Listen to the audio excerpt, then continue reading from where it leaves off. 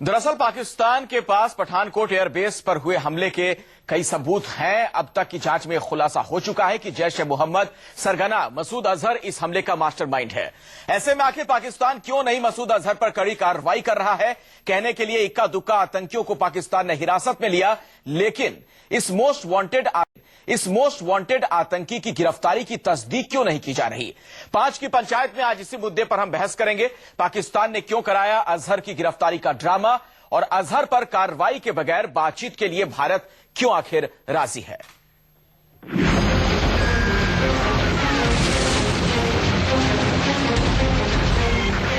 पठानकोट हमले के बाद पाकिस्तान की हकीकत एक बार फिर सबके सामने है।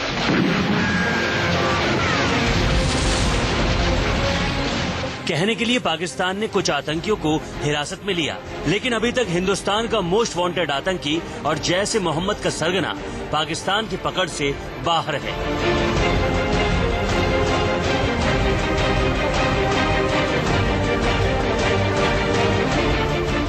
या यूं कहें कि पाकिस्तान जानबूझकर उसे पकड़ना ही नहीं चाहता। बीती शाम पाक मीडिया में खबर आई थी कि जैश ए मोहम्मद का चीफ मसूद अजहर को पाकिस्तान में हिरासत में लिया गया है, लेकिन अभी इस खबर को कुछ ही घंटे बीते थे कि नवाज सरकार ने गिरफ्तारी से इनकार कर दिया।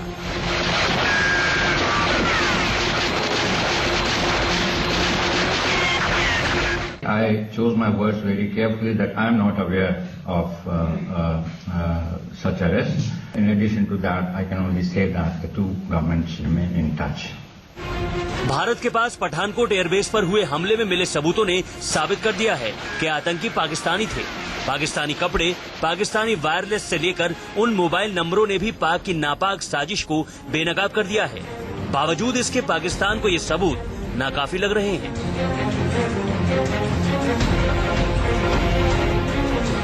पाकिस्तान ने हमले के बाद भारत को आतंकियों के खिलाफ कड़ी कार्रवाई का भरोसा दिया था, लेकिन हमले के 12 दिन बाद भी कार्रवाई के नाम पर पाकिस्तान ने कुछ आतंकियों को हिरासत में लिए जाने के अलावा कुछ नहीं किया। जैश ए मोहम्मद पर की गई कार्रवाई एक महत्वपूर्ण एवं सकारात्मक पहला कदम है। हमने इस बात पर भी गौर किया है कि पाकिस्तान सरकार पठानकोट आतंकवादी हमले की छानबीन के लिए एक विशेष जांच दल भेजने पर विचार कर रही है। विदेश सचिव ने अपने पाकिस्तानी समकक्ष से आज बात की है। वे अपनी वार्ता को बहुत निकट भविष्य में पुनः निर्धारित करने पर सहमत हुए हैं। सवाल ये कि आखिर बार बार कार्रवाई के नाम पर भारत को धोखा देने से बाज नहीं आ रहा है पाकिस्तान।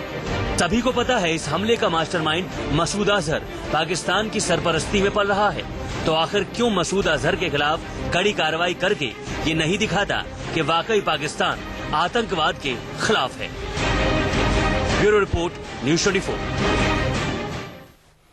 इन तमाम सवालों पर चर्चा करने के लिए जो मेहमान मेरे साथ मौजूद हैं, मैं उनसे आपका परिचय करवा दूं। मेरे साथ जनार्दन सिंह सिग्रीवाल साहब जुड़ चुके हैं, बीजेपी के आप नेता हैं। मुकेश नायक जी कांग्रेस से हमारे साथ मौजूद हैं। शीलकांत शर्मा जी हैं, आप डिप्लोमेट रह चुके हैं, और कर्नल दानवीर सिंह हमारे साथ यहां पर मौजूद हैं डिफेंस एक्सपर्ट के तौर पर। आप तमाम लोगों का बहुत बहुत स्वागत है। और जनार्दन जी, पहला सवाल आपसे ही है, कूटनीति के लिहाज से हम आगे बढ़ पाए हैं पाकिस्तान के साथ बातचीत को लेकर, या फिर हमें पीछे आना पड़ा है, बैकफुट पर आ गए हम? देखिए, हम बैकफुट पर नहीं आए हैं। आज ये जो पाकिस्तान कर रहा है वह सब भारत के दबाव पर कर रहा है, और भारत से जो अभी आतंकवादियों के खिलाफ एक पूरे दुनिया में जो माहौल बनाया है, मैं तो सबसे पहले भारत के प्रधानमंत्री आदरणीय नरेंद्र मोदी जी को बधाई देना चाहता हूं कि अमेरिका जैसे देश और अन्य जो लगभग दुनिया के 50-60 देश हैं जो इस आतंकवाद के मुद्दे पर एक राह पर चल पड़े हैं, एक ताकत के साथ पूरे आतंकवाद को समाप्त करने के लिए संकल्पित हुए हैं। यह समान बात नहीं है, यह कम दिनों में भारत ने कर करके दिखाया है। नहीं, मेरा सवाल कुछ और था। कर रहा है जनार्दन जी, आपने मेरे सवाल का जवाब नहीं दिया। मैं आपसे ये पूछ रहा हूँ कि मसूद अजहर की गिरफ्तारी की खबर आई पहले, सवाल का जवाब सुन तो लीजिए सर। मसूद अजहर की गिरफ्तारी की पहले खबर आई, लेकिन पाकिस्तान की सरकार नकार रही है, शायद गिरफ्तारी नहीं हुई होगी। हम कैसे मान लें कि पाकिस्तान दबाव में है?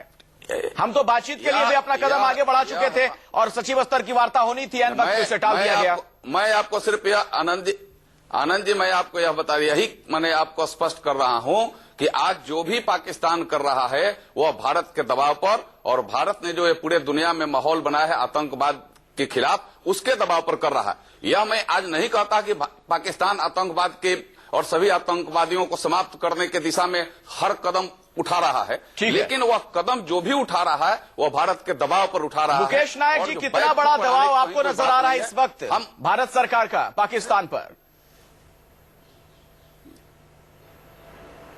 देखिए, पाकिस्तान कुछ करने वाला नहीं है। हम लोग शुरू से ये बात कहते चले आए हैं।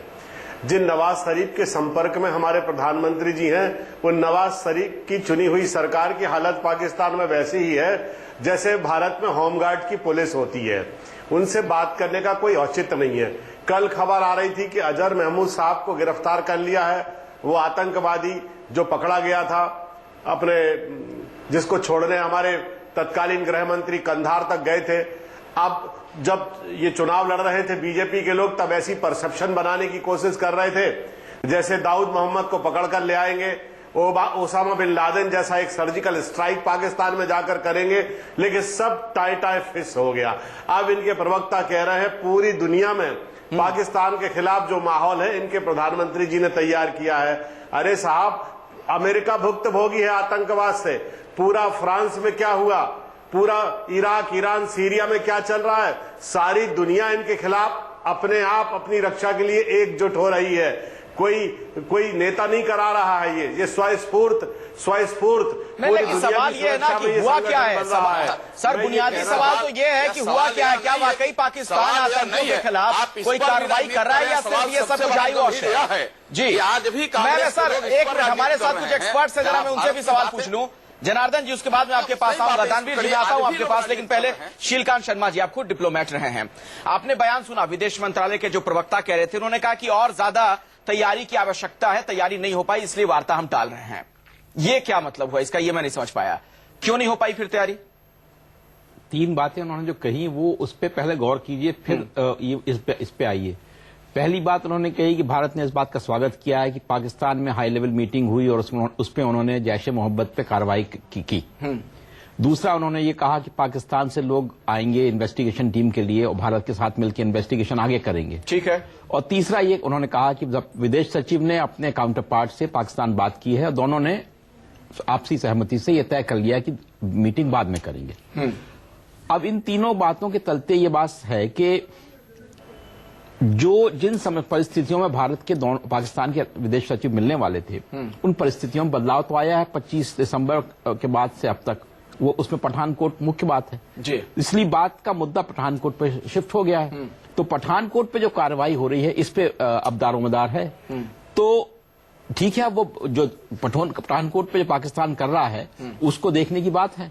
और फिर उन्होंने ये भी कहा कि बातचीत को ऐसा नहीं कि उसको अनिश्चित काल के लिए टाल दिया। उन्होंने कहा कि दोनों ने ये स्वीकार किया है कि शीघ्र ही कुछ बहुत जल्दी ही इसको फिर नहीं, लेकिन इसके पहले भी उनका एक बयान आया था, आपको याद होगा दानवीर जी, आनंद स्वरूप साहब का ही जो बयान आया था विकास स्वरूप जी का, उन्होंने एक बात जो कही थी, उन्होंने ये बात कही थी कि अब गेंद पाकिस्तान के पाले में, हमें देखना है कि क्या करता है कार्रवाई पाकिस्तान।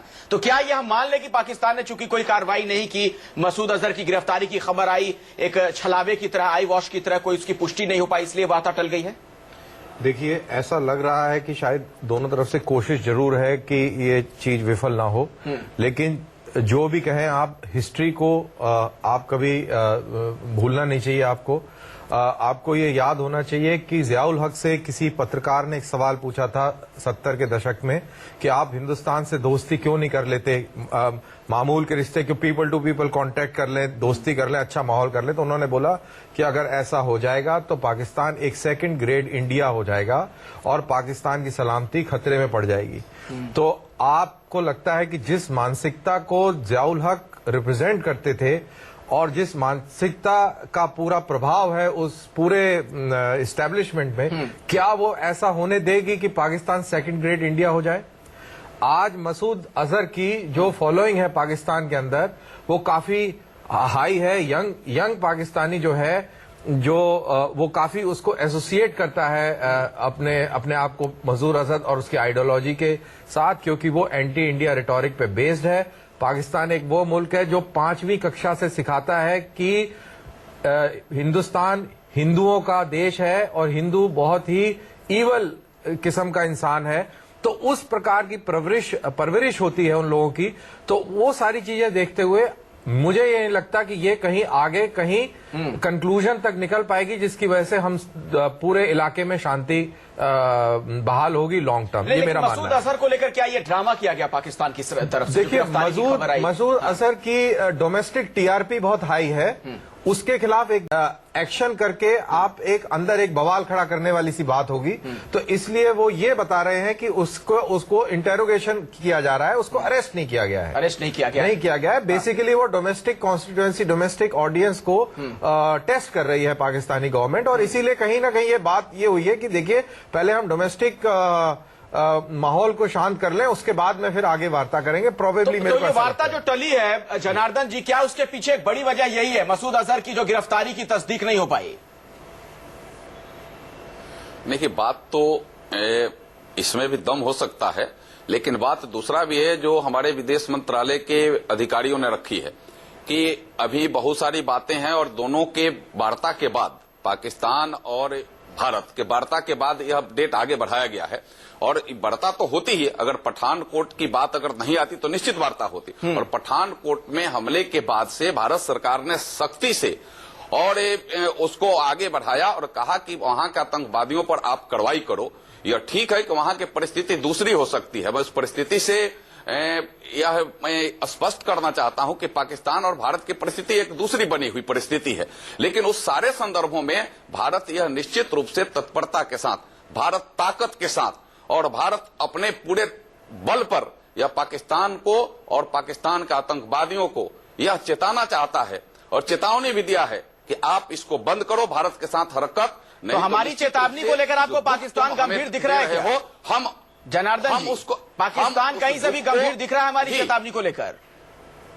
नहीं, देखिए गंभीर पाकिस्तान दिखे ना दिखे यह एक अलग सवाल है, लेकिन पाकिस्तान के प्रधानमंत्री जिस दिन पठानकोट के हमला हुआ, पाकिस्तान के प्रधानमंत्री ने स्वयं प्रधानमंत्री से बातें की, उन्होंने हर स्तर पर सहयोग देने के आश्वासन दे रहे हैं, बातें कर रहे हैं। यह तो एक सकारात्मक कदम है, यह सकारात्मक पहल है। मुकेश नायक जी, तरफ हमारी सेना भी, मुकेश नायक जी, फिर आप इसे सकारात्मक तरीके से क्यों नहीं देख पा रहे हैं? भारत की ताकत भी कम नहीं है। जनार्दन जी जो बात कह रहे हैं कि इसको सकारात्मक तरीके से देखिए, मुंहतोड़ जवाब देने के लिए हम हर जगह सक्षम हैं और तैयार हैं, मुंहतोड़ जवाब देंगे।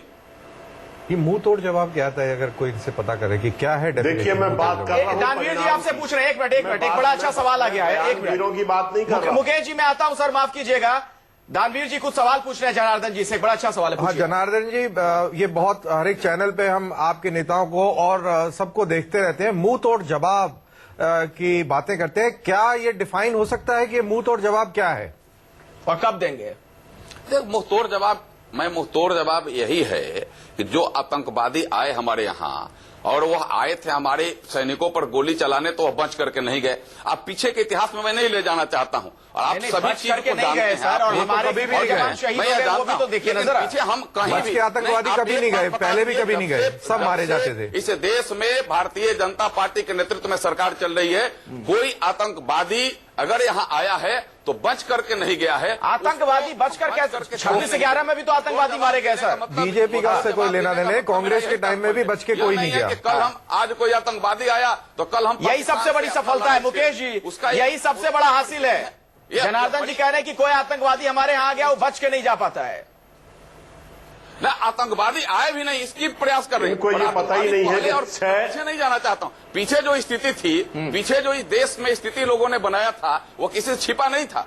यहाँ के सैनिकों के सर कत्ल कर करके ले जाया करते थे लोग, यहाँ के सर। अब क्या बदल गया है? अब क्या बदल गया? बंद करें तो मैं अपनी बात कहूं। बोलिए मुकेश नायक, अपनी बात रखिए। यही मुंहतोड़ जवाब है कि जो हमसे जैसा करेगा उसको वैसा ही फल चखने के लिए हम मजबूर करेंगे। हमें कोई दुख देगा तो वह खुशी होकर के नहीं जाएगा, उसे भी दुख पाना पड़ेगा। और यही आप ये भूल जा रहे हैं इस चर्चा में कि जो आतंकवादी आ रहे हैं वो यहाँ पर भी मौत का तांडव करके जा रहे हैं, लोगों की जान जाती है, हमारे वीर जवान शहीद होते हैं, और सरहद के अंदर, सरहद पर शहीद हो तो कोई बात है, सरहद के अंदर उन्हें इस तरह से जान गंवानी पड़ती है। नहीं, आप मुकेश जी एक बात बता दीजिए। ठीक है मुकेश जी को जवाब देने दीजिए जनार्दन जी, उसके बाद मैं आपके पास आता हूँ। मुकेश नायक जी, आज मिला है क्या?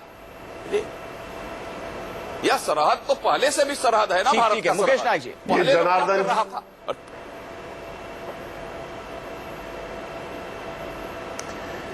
देखिए, छह आतंकवादी आए थे और 7 लोगों को मारा, फिर वो मरे। 7 सैनिकों को मारा, फिर वो मरे। मुंबई हमले में भी आतंकवादी आए थे, सैकड़ों लोगों को मारा, फिर वो मरे। ये निरंतर ये प्रॉक्सी वार पाकिस्तान के द्वारा निरंतर चलने वाला प्रॉक्सी वार है। एक तरफ भारत को एटॉमिक वीपन्स की साइकोलॉजिकल प्रेजेंस, साइकोलॉजिकल दबाव वो तैयार करता है, और दूसरी तरफ भारत में नियमित रूप से प्रॉक्सी वार को प्रोटेक्ट करता है, और ये सब गतिविधियां उसी का हिस्सा हैं। मैं ये कहना चाह रहा हूं कि अगर अजहर मसूद, हाफिज सईद, दाऊद मोहम्मद, लखवी, इनको अगर ईमानदारी से पाकिस्तान पकड़ना चाहता है तो मुझे ये बताए कि मोदी जी की पाकिस्तान यात्रा के बाद आपको याद होगा हाफिज सईद ने एक बहुत बड़ी पब्लिक मीटिंग को एड्रेस किया, और उस पब्लिक मीटिंग में ये नवाज शरीफ की आलोचना की, नवाज शरीफ को भला बुरा कहा। अगर रिलीजियस लीडर की शक्ति पाकिस्तान में कम होती या आईएसआई और फौज के द्वारा ये प्रोत्साहन नहीं पा रहे होते तो इनकी हिम्मत होती कि पाकिस्तान में पाकिस्तान के प्रधानमंत्री की आलोचना करें। ये पाकिस्तान के नेचर में इस तरह की डेमोक्रेटिक तो फिर क्या हम बातचीत ना करें? नहीं मुकेश नायक जी, तो फिर हम क्या बातचीत ना करें? ये तो सबको पता है, जो आप कह रहे हैं हकीकत है पाकिस्तान की, वहां पर अंदरूनी हालात यही है, तो फिर हम वहां की चुनी हुई सरकार से क्या बातचीत ना करें? जब सरकार ने ये कहा था कि गोली और बोली एक साथ नहीं चलेगी, जब तक गोलियां चलेंगी तब तक हम बातचीत नहीं करेंगे, तो अब बातचीत करने का क्या ऐसा कारण आ गया? क्या औचित्य है बातचीत करने का? बातचीत नहीं होनी चाहिए शिलखान जी फिर? नहीं, देखिए ये इनका आपसी है, हमारे यहाँ राजनीतिक बात है। दो देशों के बीच में यह है कि अगर बातचीत नहीं करते तो ये जो सारी परिस्थिति का जो उन्होंने विवरण दिया है वो बदलती नहीं। अगर मोदी जी नहीं जाते तो क्या ये बदल जाता? तो जो स्थिति है वो तो कई सालों से चल रही है, और पाकिस्तान की फितरत ही यही है। पर पाकिस्तान की फितरत को कैसे बदलें आप? क्या लड़ाई करके बदलेंगे? तो वो तो हो नहीं सकता। ये तो कांग्रेस भी नहीं कह रही और ना बीजेपी तो हमारे यहाँ लोग ऐसे ही मरते रहे फिर? नहीं मरते, तो इसलिए बातचीत जरूरी है। अगर कोई बात है और वो बातचीत का आप उसका पूरा संदर्भ देखिए कि नवाज शरीफ, आप अगर जो आप कहते हैं जो कुछ कह रहे हैं वो सब ड्रामा है, तो फिर कुछ कहा नहीं जा सकता, क्योंकि आप पहले कहते हैं उन्होंने क्या किया और फिर जो भी किया उसको कहते हैं वो ड्रामा है। तो ये तो कुछ समझ में नहीं आया ना क्या हुआ। तो बातचीत का संदर्भ यह है कि नवाज शरीफ ने पिछले दिनों में प्रधानमंत्री से अपने आप बात की, उन्होंने अपने सुरक्षा सलाहकार से बात की, तो वो चल रहा है। उसके बाद इन्वेस्टिगेशन की बात हुई है, तो एक प्रोसेस आ गई है। लेकिन इस पूरे मामले में हमें क्या सीख मिलती है? दानवीर जी, एक आखिरी और छोटा सा कमेंट। अति उत्साह में कुछ निर्णय क्या हम ना करें, उससे बचें? देखिए, इससे सीख ये मिलती है कि जो आपकी डिफेंस प्रिपेयर्डनेस है, जो आपकी डिफेंस की जो कैपेसिटी है, जिसकी वजह से आपकी कैपेबिलिटी जो लिमिटेड है, अगर ये ऐसा रहेगा तो इस प्रकार के हमले होते रहेंगे। ये एक मोदी चाहे 10 मोदी आ जाए, अगले 5 से 10 साल लगेगी तैयारी करने में आपकी जो डिफेंस की जो कैपेसिटी है वो बढ़ाने में। तब जाके कहीं पाकिस्तान को ऐसा महसूस होगा कि कहीं ना कहीं से कुछ एक्शन और रिटेलिएशन हो सकता है, प्यूनिटिव स्ट्राइक हो सकती है और हम उससे बच नहीं सकते। तब कहीं कार्रवाई रुकेगी, नहीं तो बातें करते हैं। मैं कहूंगा कि ये सब बात जो है इससे पाकिस्तान फिर और तैयार होगा। वो पाकिस्तान वो नहीं है जैसा। सर, ये चर्चा और आगे बढ़ सकती थी, मैं माफी चाहूंगा, वक्त नहीं है। आप तमाम मेहमानों का बहुत बहुत शुक्रिया इस चर्चा में शिरकत करने के लिए।